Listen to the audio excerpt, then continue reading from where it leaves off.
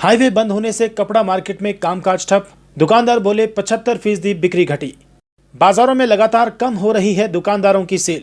वाहन चालक भी परेशान। दिल्ली कूच के चलते शंभू बॉर्डर पर अंबाला अमृतसर हाईवे 44, अंबाला चंडीगढ़ हाईवे व अंबाला हिसार 152 के बाईपास को बंद किए जाने से वाहन चालकों के लिए तो मुसीबत है ही, लेकिन इसका असर अंबाला की कपड़ा मार्केट पर भी दिखने लगा है। अंबाला स्थित होलसेल कपड़ा मार्केट में कामकाज लगातार ठप हो रहा है। दुकानें तो रोजाना की तरह खुल रही हैं, लेकिन ग्राहक नहीं है।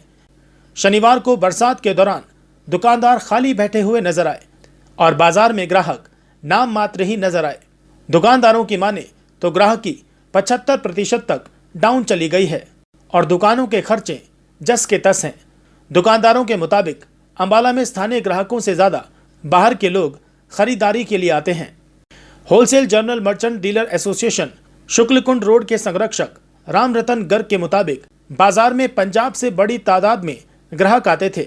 इसके अलावा हिमाचल और चंडीगढ़ के ग्राहकों का एक बड़ा हिस्सा आता है। उत्तर प्रदेश से भी होलसेल के ग्राहक पहुंचते हैं। चूंकि पंजाब व चंडीगढ़ से आवाजाही अब सुगम नहीं है और लिंक रोड व वैकल्पिक रास्तों से लंबा सफर करना पड़ता है, तो ग्राहकों का खर्च भी बढ़ जाता है। इसलिए ग्राहकों ने मार्केट से किनारा कर लिया। कपड़ा कारोबारी बोले, पहले बाढ़ से नुकसान, अब हाईवे बंद होने से कमर टूटी। माल भेजने व मंगवाने में दिक्कत।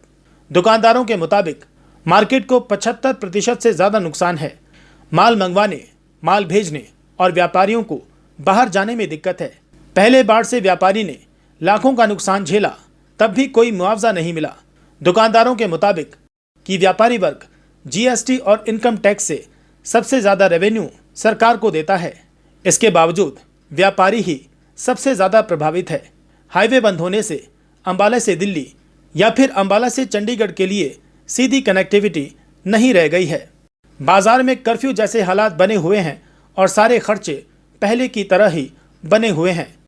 आंदोलन के दौरान आम पब्लिक को परेशान करने का किसी को अधिकार नहीं होना चाहिए।